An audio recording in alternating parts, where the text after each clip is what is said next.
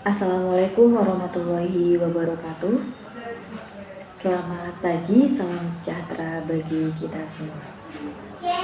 Ya baik, sebelumnya saya mengucapkan terima kasih kepada Bapak Dr. Haji Kuntoro M. selaku dosen pengampu untuk mata kuliah sintaksis. Ya baik, dengan saya sendiri Siti Nurdian Hasanah dengan nomor induk mahasiswa 2001040057 dari Program Studi Pendidikan Bahasa dan Sastra Indonesia kelas 3B. Ya baik, pada kesempatan kali ini saya akan menyampaikan tugas individu mengenai analisis kalimat atau klausa menggunakan model analisis tata bahasa tradisional. Ya baik, langsung saja menuju ke pendahuluan.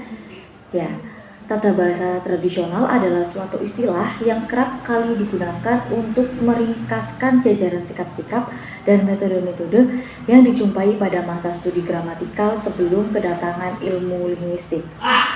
Dengan demikian, aliran tradisional dapat dikatakan sebagai aliran linguistik yang tertua. Dengan kata lain, tata bahasa tradisional ini merupakan aliran yang pertama kali muncul dalam bidang tata bahasa. Tata bahasa tradisional ini menganalisis bahasa berdasarkan filsafat dan semantik.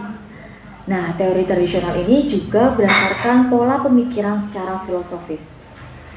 Ya, dari latar belakang sejarahnya, munculnya teori ini bermula sejak zaman Yunani sampai dengan munculnya linguistik modern. Ya, baik, selanjutnya kita menuju ke ciri-ciri aliran tata bahasa tradisional. Ya, ciri-ciri aliran tata bahasa tradisional yang pertama bertolak dari pola pikir secara filosofis. Kemudian, yang kedua, tidak membedakan bahasa dan tulisan. Lalu yang ketiga, senang bermain dengan definisi. Yang keempat, pemakaian bahasa berpedoman pada pola atau kaidah. Dan yang terakhir, level-level gramatikal itu belum ditata secara rapi. Ya, kemudian kita menuju ke sejarah aliran tata bahasa tradisional. Ya, yang pertama di sini ada kaum Sopis. Ya, kaum Sopis ini muncul pada abad ke-5 sebelum Masehi. Nah, kaum Sopis ini mulai melakukan studi bahasa dengan melakukan penelitian secara empiris dengan menggunakan ukuran-ukuran, dan mereka juga mengklasifikasikan tipe-tipe kalimat berdasarkan makna. Ya baik, salah seorang tokoh Sopis yaitu Protagoras membagi kalimat menjadi kalimat narasi, kalimat tanya, kalimat perintah, dan lain sebagainya. Ya, kemudian yang kedua yaitu ada kaum Plato. Ya, Plato menyatakan bahwa bahasa merupakan hasil pemikiran manusia yang terdiri dari onoma dan rema. Nah, onoma dan rema itu sebenarnya apa sih? Ya, onoma itu sendiri yaitu kata benda, nama, dan subjek.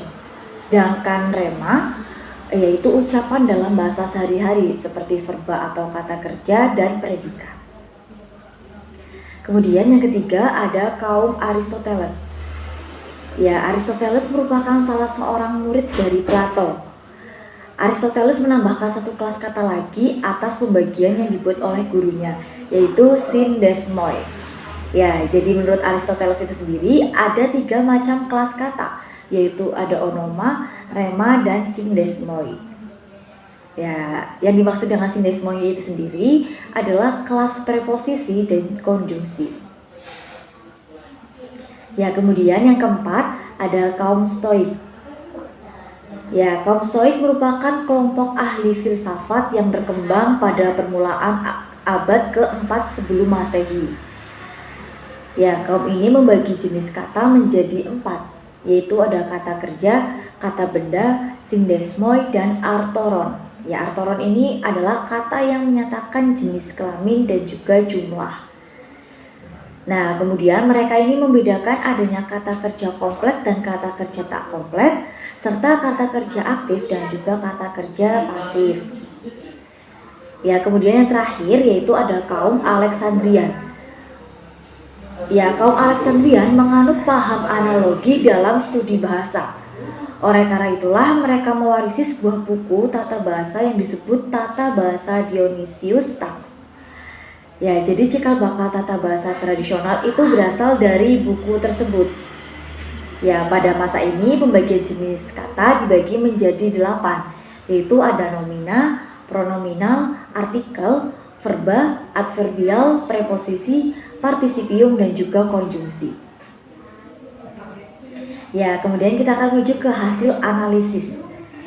Ya, jadi saya menggunakan bahan bacaan yang nanti akan saya analisis, yaitu dalam buku bacaan anak yang berjudul Petualang Si Kancil. Ini merupakan buku bacaan anak karya Pri Soeharto.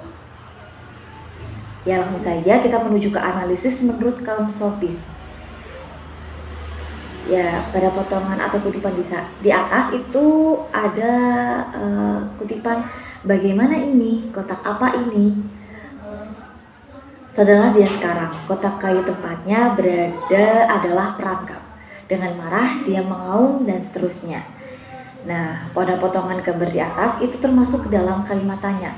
Jadi pada bagian bagaimana ini, kotak apa ini, itu merupakan kalimat tanya.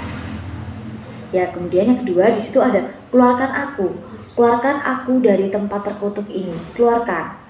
Nah, pada potongan gambar tersebut itu termasuk ke dalam kalimat perintah, karena di situ ada tanda seru yang menunjukkan bahwa adanya sebuah perintah, yaitu keluarkan aku. Ya, kemudian kita akan menuju ke analisis berikutnya, yaitu analisis menurut kaum Plato. Ya, pada kutipan pada gambar tersebut itu terdapat kalimat sebagai berikut, seperti duduk di pojok perangkapnya, beruntung matahari yang bersinar malu-malu cukup menghangatkan tubuhnya. Dengan pandangan kosong, harimau melihat pemandangan di luar perangkap. Agak kaget dia ketika mendengar perutnya dan seterusnya. Nah, pada kalimat harimau melihat pemandangan di luar perangkap itu dapat dianalisis sebagai berikut. Harimau ini menduduki kata benda dan juga onoma. Kemudian melihat pemandangan di sini menduduki kata kerja, juga menduduki sebagai remak. Kemudian di luar perangkap di sini menduduki sebagai keterangan. Ya, kemudian kita menuju ke analisis menurut Aristoteles. Nah, pada kutipan tersebut ada kalimat yang menyatakan bahwa harimau melihat pemandangan di luar perangkap. Nah, harimau ini menduduki kata benda dan juga onoma, lalu melihat pemandangan ini juga menduduki kata kerja atau remak, dan di luar perangkap ini menduduki sindesmoi karena menunjukkan adanya preposisi, yaitu di luar perangkap. Lalu yang kedua di sini ada harimau tertawa senang dengan jawaban elang hitam. Kemudian lewatlah seekor kuda. Rusa pun bertanya dan seterusnya. Nah, di sini ada kalimat kemudian lewatlah seekor kuda tua. Nah, ini dapat dianalisis bahwa kemudian ini menduduki sindesmoi,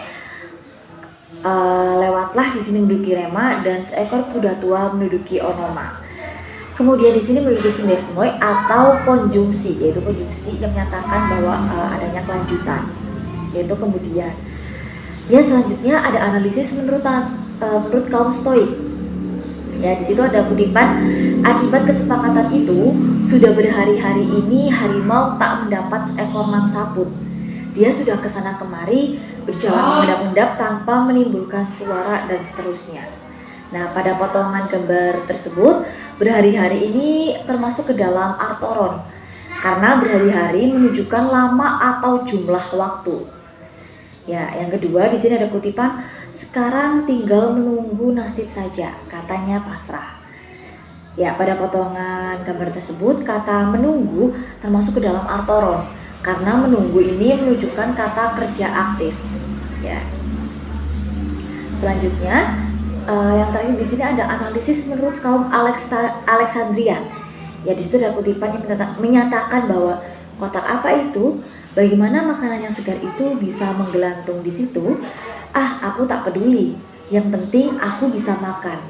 Inilah yang namanya rezeki. Tak perlu dicari, datang sendiri, pikir harimau.